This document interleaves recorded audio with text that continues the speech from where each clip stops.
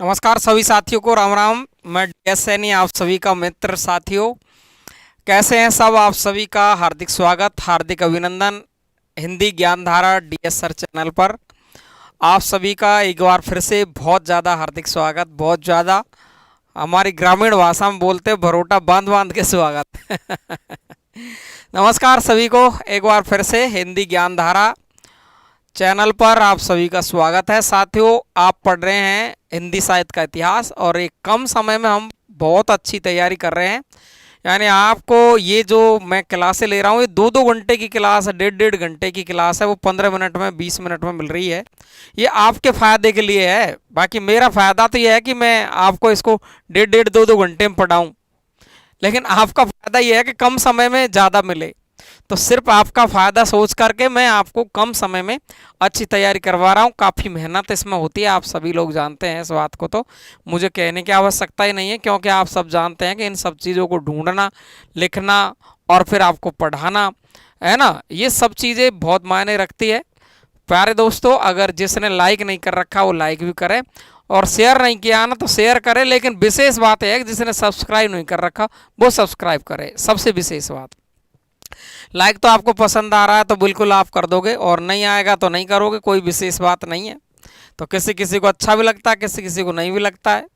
तो प्यारे दोस्तों, फिर से आप सभी का एक बार स्वागत करता हूं। आज अपन हिंदी साहित्य के इतिहास की कड़ी में क्या पढ़ने वाले हैं वो आप देख लीजिए। ये अपन हिंदी साहित्य का इतिहास पढ़ते हैं रोज बहुत अच्छे तरीके से, और ये सभी परीक्षाओं में, जो राजस्थान या भारत की कोई परीक्षा है, एमपी, यूपी, बिहार, झारखंड, है ना, चाहे आपका राजस्थान है, यहाँ जो मैंने आज चीज़ आपकी जो लिया, आज क्या रोज़ ही जो ले रहा हूँ मैं, वो चीज़ें आपकी ऐसी है जो हर परीक्षा में आपको देखने को मिलेगी, है ना, हर परीक्षा में आती है। जैसे हिंदी साहित्य में जो प्रमुख आपके जो ज्ञानपीठ पुरस्कार है, वो कौन कौन से ज्ञानपीठ पुरस्कार अब तक में दिए जा चुके हैं, है ना, और आपके जो व्यास सम्मान है, इन व्यास सम्मान में कौन कौन से व्यास सम्मान किस किस रचना पर दिए जा चुके हैं, इसके बारे में अपन आज पढ़ने वाले हैं।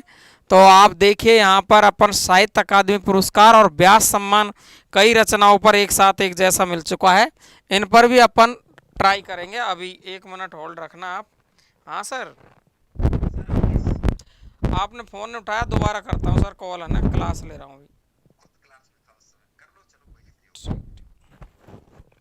तो देखिए, साहित्य अकादमी और व्यास सम्मान वाली एक जैसी रचनाएं अपन आज पढ़ने वाले हैं।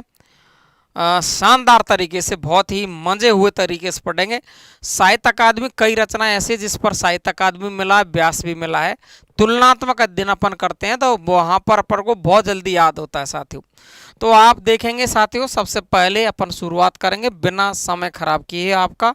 यहाँ अपन बात करेंगे सबसे पहले ज्ञानपीठ पुरस्कार के बारे में, और मैं आपको ऐसी चीज़ें बता रहा हूँ जो आपको वैसे नॉर्मली ढूंढने से नहीं मिलती है।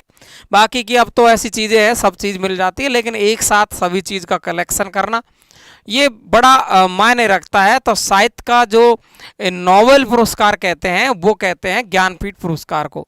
हिंदी साहित्य में या साहित्य में नोबेल पुरस्कार के रूप में जो दिया जाता है वो ज्ञानपीठ पुरस्कार होता है।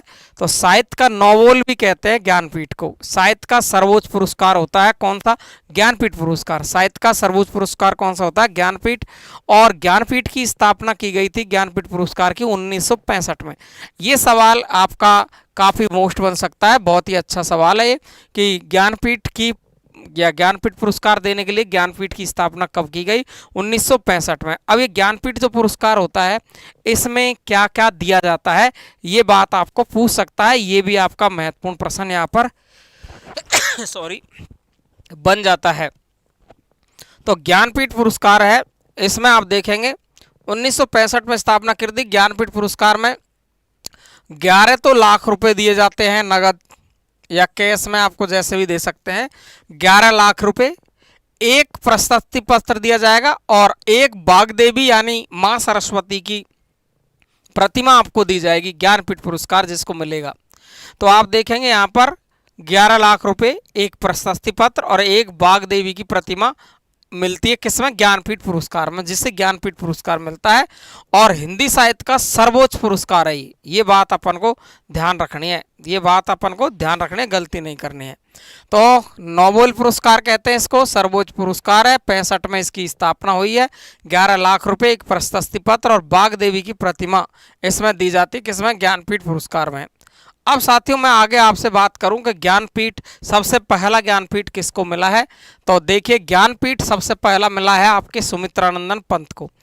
तो काफ़ी बार ये सवाल पूछा जाता है, लेकिन ये एक सवाल फेमस सवाल बन गया है, इसलिए सभी को याद रहता है।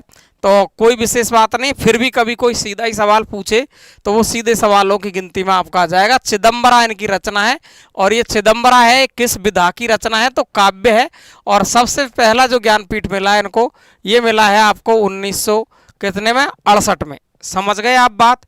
तो आपको एक एक बात ध्यान रखनी है। सुमित्रानंदन पंत है, चिदम्बरा रचना है, काव्य विधा की रचना है यानी पद्य है, और 1968 में पहला साहित्य अकादमी पुरस्कार दिया गया है। क्लियर है। दूसरी बात करेंगे अपन रामधारी सिंह दिनकर पर। तो रामधारी सिंह जो दिनकर है आपके, रामधारी सिंह दिनकर, इनको रचना है आपकी उर्वशी, बहुत ही इंपॉर्टेंट रचना है उर्वशी, और ये भी एक काव्य है। और काव्य पर मिला है 68 के बाद 72 में। कब मिला है, 72 में। ऐसा कोई निश्चित नहीं है कि इसको हर वर्ष दिया जाए या रेगुलर दिया जाए या 2 साल में दिया जाए, ऐसा कोई इसका नियम नहीं है। तो जब इसको दिया जाए, जब पूरी उसका सरकार का मन होता है तब इसको दिया जाता है। तो रामधारी सिंह दिनकर को उर्वशी रचना पर दिया गया, और उर्वशी भी काव्य विधा की रचना है, काव्य है, और 1972 में इस पर ज्ञानपीठ पुरस्कार दिया गया है दिनकर जी को। अगला ज्ञानपीठ है वो है अज्ञेय को, सच्चिदानंद हीरानंद वात्सायन अज्ञेय। पूरा नाम सच्चिदानंद हीरानंद वात्सायन अज्ञेय है। और मैं आपको बता चुका हूँ अज्ञेय को आपको आंगन के पार द्वार पर साहित्य अकादमी मिल चुका है। और कितनी नावों में कितनी बार, ये भी काव्य है। 1978 में इनको मिला है इन पर ज्ञानपीठ पुरस्कार। आंगन के पार द्वार पर तो मिला इनको साहित्य अकादमी, और कितनी नावों में कितनी बार पर मिला है इनको क्या, ज्ञानपीठ 78 में। ध्यान रखेंगे। अब देखो ये जो आपका कितनी नावों में कितनी बार जो ये संग्रह है, ये काव्य है, और इसमें 1962 से लेकर के और 1966 के बीच की कविताओं का संग्रह किया गया है। इसी रचना पर कितनी नावों में कितनी बार पर, 1978 में। 62 से 66 के बीच की रचना है, लेकिन जो ज्ञानपीठ मिला है वो 78 में मिला है। दिनकर को 72 में, पंत को 68 में। क्लियर है। इसके बाद में चौथा इंपॉर्टेंट, बहुत ही ज़्यादा महत्वपूर्ण, महादेवी वर्मा को यामाकृति पर ज्ञानपीठ मिला है। और यामाकृति इनकी, इसमें कई सारी कविताएं संग्रहित है। काव्य संग्रह है इनका, महादेवी वर्मा का काव्य संग्रह है। और ये ज्ञानपीठ पुरस्कार की घोषणा की थी वो 1982 में की थी। ये बात आपको ध्यान रखनी है, इसकी घोषणा की थी वो 82 में कर दी थी, लेकिन जब महादेवी वर्मा को दिया गया ना, ये 1983 में दिया गया था। तो सर हम क्या करेंगे, तो ध्यान रखेंगे, यदि विकल्प में आपका 82 उत्तर है, तो विकल्प में 82 है तो 100% इसका उत्तर आप 82 करेंगे। लेकिन विकल्प में 82 नहीं है तो उत्तर आप करेंगे 83। ठीक है। तो ध्यान रखेंगे, महादेवी वर्मा यामा कृति है, काव्य संग्रह है, 1982 में ज्ञानपीठ पुरस्कार इनको दिया गया है। क्लियर है। और 1983 में इनको दिया गया, घोषणा इसकी 82 में हो गई थी, इसलिए इसका उत्तर 82 माना जाता है। क्लियर है ना सबको। तो ध्यान रख लेंगे, पंत चिदम्बरा काव्य है, दिनकर का उर्वशी काव्य है, कितनी नावों कितनी बार ये भी काव्य है, और यामा है ये भी काव्य है, महादेवी वर्मा। क्लियर है चारों के चारों। आगे चलते हैं। आगे की यदि मैं बात करूं तो नरेश मेहता की बात करूंगा मैं। और यहीं से देखें आप, जब महादेवी वर्मा को यामाकृति पर 1982 में मिला ज्ञानपीठ पुरस्कार, उसके बाद से ही विशेष कृति पर ज्ञानपीठ पुरस्कार देना बंद कर दिया था। और 83 के बाद में ज्ञानपीठ पुरस्कार समग्र साहित्य पर दिया गया कि समग्र साहित्य आपका किस प्रकार का है, उस पर ज्ञानपीठ पुरस्कार देना कर दिया। एक कृति विशेष हो या आपका पूरे साहित्य में योगदान क्या है, उसके हिसाब से ज्ञानपीठ पुरस्कार देना चालू किया। तो 83 के बाद सीधा मिला है 92 में नरेश मेहता को। किसको मिला है, नरेश मेहता को। ज्ञानपीठ तो और भी दिए गए, लेकिन वो अन्य भाषाओं में दिए गए, बात हिंदी की हो रही है ये। है ना भाई। हिंदी की हो रही, ज्ञानपीठ तो बहुत सारे हैं, ज्ञानपीठ तो बहुत सारे मिलते जा रहे हैं, लेकिन हिंदी में नरेश मेहता को मिला समग्र साहित्य पर 1992 में। तो ये बात आप ध्यान रखेंगे, 83 के बाद में सीधा हिंदी में जो ज्ञानपीठ पुरस्कार मिला वो 92 में मिला समग्र साहित्य पर। कुंवर नारायण, अब ये सब समग्र साहित्य पर मिलेंगे। अब तो अपन को दिमाग लगाने की जरूरत नहीं, कौन सी रचना पर, ऐसा नहीं पूछेगा। रचना 4 ही है केवल, चिदम्बरा, उर्वशी और आपका दिनकर की उर्वशी, और जो अपन का ये दूसरा अपन तीसरे नंबर पर पढ़ा आगे का कितनी नावम कितनी बार 78, और ये यामाकृति 82, बस ये 4 ही है। मेहता समग्र साहित्य नरेश मेहता 1992, कुंवर नारायण को समग्र साहित्य पर मिला है 2005 में। कब मिला है? 2005 में। अब देखो 92 के बाद में 2005 में हिंदी में मिला है ज्ञानपीठ पुरस्कार। और 2009 की बात करूं तो दो विद्वानों को एक साथ में दिया गया था ज्ञानपीठ पुरस्कार, और उनका नाम है अमरकांत और श्रीलाल शुक्ल। कौन कौन है? अमरकांत और श्रीलाल शुक्ल। इनको 2009 में एक साथ समग्र साहित्य पर क्या दिया गया? ज्ञानपीठ पुरस्कार।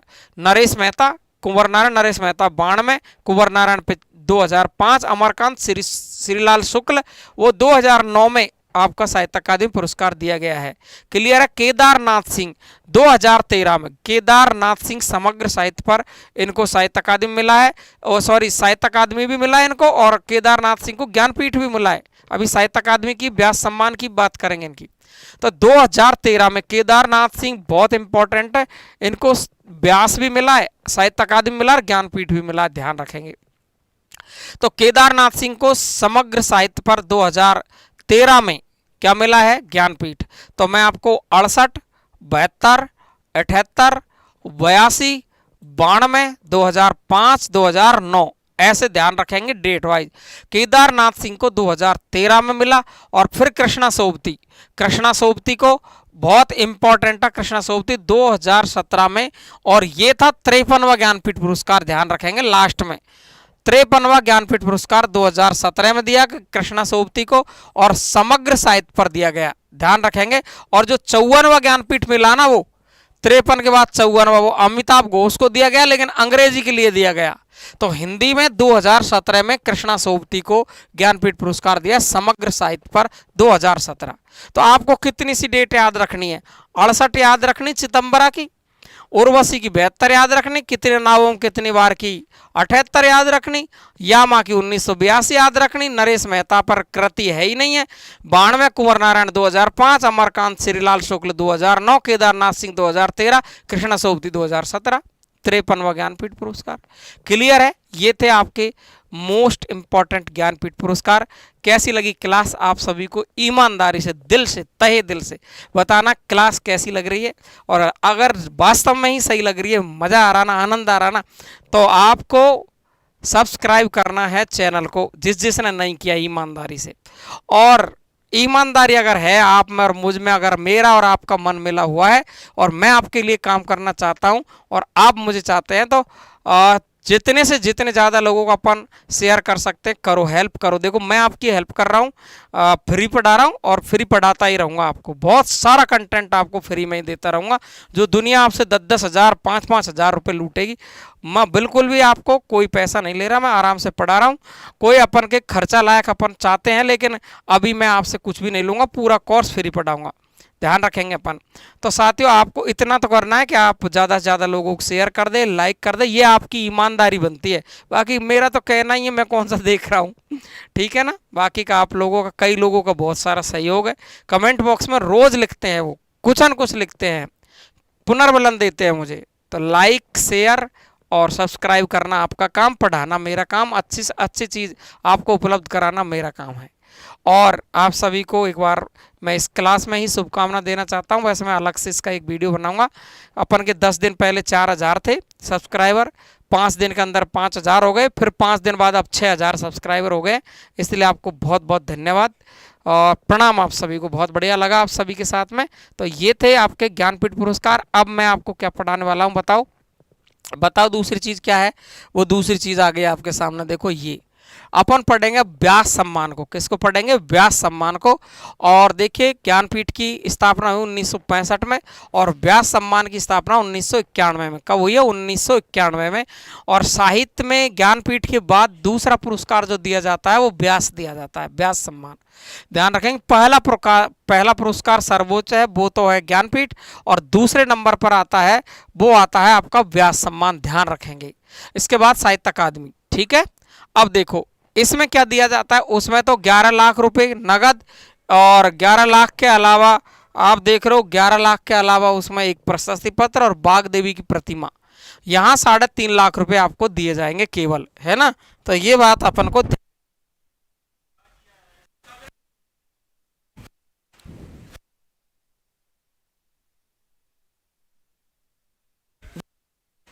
इसने बोला है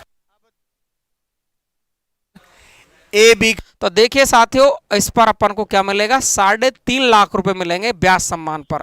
और इसको देता कौन है? ये बात भी आपको कई बार सवाल पूछ सकता है। के बिरला फाउंडेशन। कौन देता है? के बिरला फाउंडेशन। इसमें आपको क्या देता है? व्यास सम्मान को देता है के बिरला फाउंडेशन।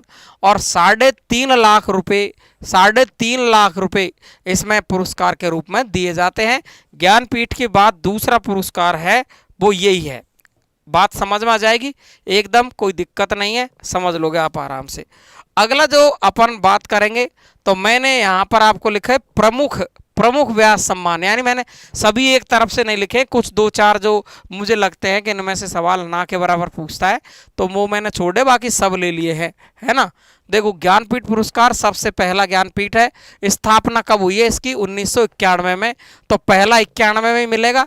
तो सबसे पहला जो व्यास सम्मान मिला है, सबसे पहला जो व्यास सम्मान मिला है वो रामविलास शर्मा को मिला है। और रचना है भारत के भाषा परिवार और हिंदी। ये आपकी गद्य की रचना है, भारत के भाषा परिवार और हिंदी पर इन्होंने गद्य लेख लिखा है रामविलास शर्मा, एक, है ना। और इनको पहला व्यास सम्मान मिला है 1991 में, क्योंकि स्थापना ही 1991 में है इसकी। तो पहला रामविलास शर्मा को मिला है भारत के भाषा परिवार और हिंदी पर। हो जाएगा क्लियर, कोई दिक्कत नहीं है, बहुत सरल है, सीधा है। अब देखिए मैंने आपको खास बात क्या करी यहाँ पर, जहाँ हम टकरा सकते हैं, जहाँ हम गलत कर सकते हैं, हमें विधा पूछी जा सकती है, हमें साहित्य अकादमी पूछ सकता है व्यास सम्मान। ये जो शिव प्रसाद सिंह, मैंने आपको जब कल परसों में साहित्य अकादमी पुरस्कार पढ़ा रहा था आपको, तो साहित्य अकादमी पुरस्कार में भी मैंने नीला चांद मोस्ट बताया आपको, और व्यास सम्मान में भी नीला चांद मोस्ट मैं आपको बता रहा हूँ। क्यों भाई? तो नीला चांद उपन्यास है, इस पर 1990 में तो पहले मिल गया शिव प्रसाद सिंह को साहित्य अकादमी। मैंने लिख दिया, देखो ये 1990 में तो पहले मिल गया इनको साहित्य अकादमी पुरस्कार। और इसी ही नीला चांद रचना पर इन्हें 1992 में व्यास सम्मान मिला है। 91 के तुरंत बाद 92 में इनको क्या मिला है? व्यास सम्मान। किस रचना पर? नीला चांद पर। इसलिए मैंने आपको साहित्य अकादमी पढ़ाया था, तब कहा था कि मोस्ट रचना है ना। मोस्ट इसलिए है कि 90 में तो मिला साहित्य अकादमी, 92 में मिला उपन्यास। क्लियर है। दूसरी रचना है गिरिजा कुमार माथुर। कौन सी है? गिरिजा कुमार माथुर। मैं वक्त के हूं सामने, और ये इनका काव्य संग्रह है। गिरिजा कुमार माथुर का काव्य संग्रह कौन सा है? मैं वक्त के हूं सामने। अब देखो ये भी एक ऐसी रचना है, काव्य संग्रह है, लेकिन आपको ध्यान रखना है यहाँ भी इनको जब इसकी व्यास सम्मान की स्थापना थी उस टाइम तो मिल गया साहित्य अकादमी इस रचना पर 91 में तो, लेकिन वक्त के हूं सामने इसी रचना पर 93 में मिल गया इनको कौन सा? व्यास सम्मान। 91 में मिला साहित्य अकादमी, 93 में मिल गया क्या? व्यास सम्मान। यानी ये दो रचना आपको खास ध्यान रखनी है, वहां पर 90-92 और यहाँ पर 91-93, 2-2 साल का अंतर है। 90-92, 91-93। तो शिव प्रसाद सिंह नीला चांद उपन्यास है, 90 में साहित्य अकादमी, 92 में व्यास। 90 में साहित्य अकादमी, 92 में व्यास। गिरिजा कुमार माथुर मैं वक्त के हूं सामने काव्य संग्रह, 91 में साहित्य अकादमी, 93 में व्यास सम्मान। क्लियर? अच्छे तरीके से रट लेना, दिमाग में रख लेना। नहीं होता 2 बार पढ़ लो वीडियो, 3 बार पढ़ लो, बार बार में पढ़ोगे तब जाके क्लियर होगा। एक बार पढ़ने से कोई भी चीज़ याद नहीं होती, लिख कर पटकने से भी याद नहीं होती। बार बार पढ़ो, बार बार पढ़ो, ये सफलता का राज है। ठीक है, तो देखिए ध्यान से। तो आपने रामविलास शर्मा पढ़ा, भारत के भाषा परिवार और हिंदी 91, शिव प्रसाद सिंह नीला चांद 92, गिरिजा कुमार माथुर में वक्त के हूँ सामने 93, और धर्मवीर भारती सपना अभी भी, धर्मवीर भारती की रचना सपना अभी भी, ये भी इनका काव्य संग्रह है। और 94 में इनको मिला है व्यास सम्मान। क्लियर है, चारों के चारों अच्छे तरीके से याद रखें। अगला सवाल अपन देखेंगे कुंवर नारायण पर। देखिए कुंवर नारायण है रचना, बड़ी खास इंपॉर्टेंट रचना है, बहुत मजा आ जाएगा, आपको आनंद आ जाएगा।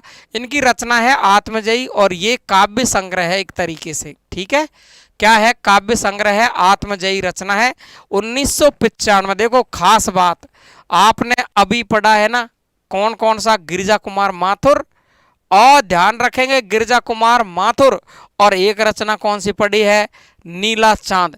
तो नीला चांद 90 92 याद रखेंगे, 91 93 गिरिजा कुमार माथुर याद रखेंगे, लेकिन यहाँ दिमाग लगाने की जरूरत नहीं। कुंवर नारायण को 95 में इसी रचना पर तो मिला साहित्य अकादमी, और इसी रचना पर मिल गया व्यास सम्मान उसी वर्ष 95 में ही। क्या गजब का तोड़ जोड़ है, मजा आ जाएगा। आत्मजयी रचना पर व्यास सम्मान भी मिला है, और आपका व्यास सम्मान के अलावा साहित्य अकादमी पुरस्कार इसी रचना पर मिला है, आत्मजयी पर। क्लियर है बिल्कुल। अगला चलते हैं केदारनाथ सिंह। देखो मैंने कहा बड़ा महत्वपूर्ण है, बड़ी महत्वपूर्ण रचना है, कबीर रचना है, वो हजारी प्रसाद द्विवेदी की है, ध्यान रखेंगे, लेकिन उत्तर कबीर रचना है वो केदारनाथ सिंह की। किसकी, केदारनाथ अग्रवाल नहीं है, केदारनाथ सिंह है। केदारनाथ उत्तर कबीर व अन्य कविताएं रचना लिखी है इन्होंने। 1997 में इस पर व्यास सम्मान मिला है, लेकिन इसी केदारनाथ सिंह को अकाल में सारस रचना पर मैंने पढ़ाया, आपको साहित्य अकादमी पढ़ाया, तब अकाल में सारस रचना पर साहित्य अकादमी पुरस्कार मिला 89 में, और 97 में मिल गया इनको क्या, व्यास सम्मान। मैंने लिख दिया है, गलत नहीं करें, अकाल में सारस रचना पर तो मिला है साहित्य अकादमी 89 में, और उत्तर कबीर रचना पर 97 में मिला है व्यास सम्मान। हो जाएगा याद, 97 में व्यास सम्मान मिला है, इससे पहले साहित्य अकादमी तो पहले ही मिलना चालू हो गए 55 से ही, तो 1989 में। क्लियर है। और गिरिराज किशोर, देखे ऐसी रचनाएं गिरिराज किशोर को मैंने वहां भी मोस्ट बताया था आपको, गिरिजा कुमार माथुर के साथ में गिरिराज किशोर पढ़ाया था मैंने। तो देखो इनको पहला गिरमिटिया रचना है, पहला गिरमिटिया, और ये है उपन्यास, बहुत ज्यादा मोस्ट है, ध्यान रखेंगे, पहला गिरमिटिया उपन्यास है, और 2000 में इनको साहित्य अकादमी व्यास सम्मान मिला है। और 1992 में ढाई घर रचना पर मैंने आपको जब साहित्य अकादमी पढ़ाया तो बताया कि ढाई घर रचना पर इनको साहित्य अकादमी मिला है 92 में, और 8 साल बाद इनको मिल गया व्यास सम्मान पहला गिरमिटिया पर। और ये दोनों ही उपन्यास है, ढाई घर जिस पर इनको साहित्य अकादमी मिला है ना, वो तो है ढाई घर साहित्य अकादमी वाला, वो भी उपन्यास, पहला गिरमिटिया उपन्यास ही है, 2000 में इनको क्या मिला है, व्यास सम्मान। अब मैंने आपको तुलनात्मक बता दिया, अब भी आप गलती करो तो करो खूब, इससे बेहतर कुछ नहीं हो सकता, बहुत मेहनत की है मैंने, बहुत ज्यादा। अगला देखेंगे अपन चित्रा मुदगल। देखो चित्रा मुदगल है, इनको आवा रचना पर उपन्यास है ये चित्रा मुदगल का आवा, और इस पर 2003 में व्यास सम्मान मिला है चित्रा मुदगल को। इंपॉर्टेंट है, ध्यान रखेंगे, चित्रा मुदगल को आवा उपन्यास पर 2003 में व्यास मिला, लेकिन मोस्ट बात क्या है, ये लगा लो मोस्ट आप, और मोस्ट बात क्या है, मोस्ट बात यह है कि इनकी रचना है post box number 203 Nala Sopara, इस पर इनको साहित्य अकादमी पुरस्कार मिला है। Post box number 203 Nala Sopara रचना पर 2018 में। ये देखो ये 3 है चित्रा मुदगल का व्यास सम्मान, सबको साहित्य अकादमी पहले मिला है, लेकिन चित्रा मुदगल को 2018 में ये मिला है साहित्य अकादमी पुरस्कार post box number 203 Nala Sopara पर 2018 में। क्लियर हो जाएगा, चित्रा मुदगल मोस्ट है, आवा रचना पर तो व्यास, और post box number 203 Nala Sopara पर मिला है साहित्य अकादमी। क्लियर। मृदुला गर्ग, कठ गुलाब नाम से उपन्यास लिखा है इन्होंने, बड़ा गजब का उपन्यास है कठ गुलाब, और 2004 में मिल गया इनको व्यास सम्मान। मृदुला गर्ग, कठ गुलाब और उपन्यास विधा की रचना, ये बात अपन को ध्यान रखनी है, 2004 में इनको मिला है क्या, व्यास सम्मान। क्लियर। इसके बाद में मन्नू भंडारी एक कहानी, यह भी ये इनकी आत्मकथा है, ध्यान रखेंगे। मन्नू भंडारी एक कहानी, यह भी ये है आत्मकथा विधा की रचना। 2008 में इनको मिला है व्यास सम्मान। मन्नू भंडारी एक कहानी, यह भी आत्मकथा है, 2008 में मिला है व्यास सम्मान। अमरकांत देखेंगे, अमरकांत इन्हीं हथियारों से, ये है उपन्यास, ये है क्या उपन्यास, इन्हीं ही हथियारों से देखेंगे, मोस्ट इंपॉर्टेंट है ये, इन्हीं ही हथियारों से अमरकांत को उपन्यास है ये, और 2009 में इनको मिला है व्यास सम्मान। लेकिन इंपॉर्टेंट बात ये है कि 2007 में इसी रचना पर इनको साहित्य अकादमी मिल चुका, पहले इसी रचना पर इन्हीं हथियारों से 7 में मिल चुका इनको साहित्य अकादमी, और 2009 में मिल चुका है इनको व्यास सम्मान। किस रचना पर, इन्हीं हथियारों से, ये है उपन्यास। है ना गजब की बात, आया ना मजा। इतना इंपॉर्टेंट मैटर तो भाई साहब ढूंढो ना तो ना मिले। ये तो बहुत मेहनत करनी पड़ती है राजाओं, बहुत मेहनत करनी पड़ती, कसम से रातों जगना पड़ता है। आ गई बात समझ में। चित्रा मुदगल आवा उपन्यास पर व्यास सम्मान है। पोस्ट बॉक्स नंबर 203 पर 2018 में साहित्य अकादमी। मृदुला गर्ग कठगोला उपन्यास 2004 में। क्या है बता दो, व्यास सम्मान। मन्नू भंडारी एक कहानी, यह भी आत्मकथा है, 2008 में मिला है व्यास सम्मान। अमरकांत को इन्हीं हथियारों में 7 पर मिल गया साहित्य अकादमी, और 9 में मिल गया व्यास सम्मान। उपन्यास विधा की रचना है Vishwanath Tripathi, very very most. ये देखो विश्वनाथ त्रिपाठी, ब्योमकेश दरवेश, और ये है हजारी प्रसाद द्विवेदी की जीवनी। हजारी प्रसाद द्विवेदी की क्या है ये जीवनी लिखी है, ब्योमकेश दरवेश। 2013 में इनको व्यास सम्मान मिला है। इसी रचना पर साहित्य अकादमी पुरस्कार भी इनको मिल चुका है, ध्यान रखेंगे।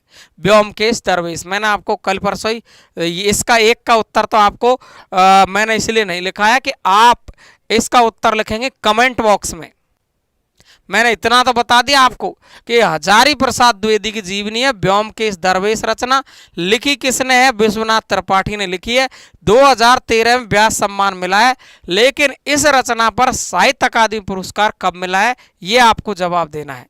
तो चले अपन आगे, समझ गए आप बात। अगला देखिए, अगला देखेंगे कमल किशोर गोयन का। कमल किशोर गोयन का, इनकी रचना है बड़ी महत्वपूर्ण है, बहुत मोस्ट है। प्रेमचंद की कहानियों का कालक्रम अनुसार अध्ययन। प्रेमचंद की कहानियों का कालक्रम अनुसार अध्ययन। और ये किस विधा की रचना है, तो ध्यान रखेंगे आलोचना है। किस प्रकार की रचना है, आलोचना है। 2014 में इनको कब दिया गया, 2014 में कमल किशोर गोयनका को 2014 में व्यास सम्मान दिया गया है। इसके बाद में आपको याद रखना है सुनीता जैन। क्या याद रखना है, सुनीता जैन। और इनकी एक रचना है क्षमा, लेकिन ये क्षमा कोई उपन्यास नहीं है, क्षमा है काव्य, ध्यान रखेंगे, ये पूछा जा सकता है, काव्य है। 2015 में इनको मिला है व्यास सम्मान। कौन सा मिला, व्यास सम्मान। और ये है आपकी नासिरा शर्मा। नासिरा शर्मा, कागज की नाव बना दी इनने, है ना, अपन बना के फेंकते हैं ना कागज की नाव पानी में। ये है उपन्यास, मोस्ट है। 2019 में इनको मिला है व्यास सम्मान। तो यहाँ जो इम्पोर्टेंट थे वो मैंने आपको सारे पढ़ा दिए है। अब देखो आपके करंट के ज्ञानपीठ पुरस्कार, करंट के साहित्य अकादमी, करंट के व्यास सम्मान, मीरा पुरस्कार, बिहारी पुरस्कार, ये एक क्लास में सारे लेके आ जाऊंगा। कैसी लगी क्लास, आप सभी को ईमानदारी से बताना है, शेयर करना, लाइक करना है, कमेंट में कमेंट लिखना है। ये खास बात आपकी होनी चाहिए।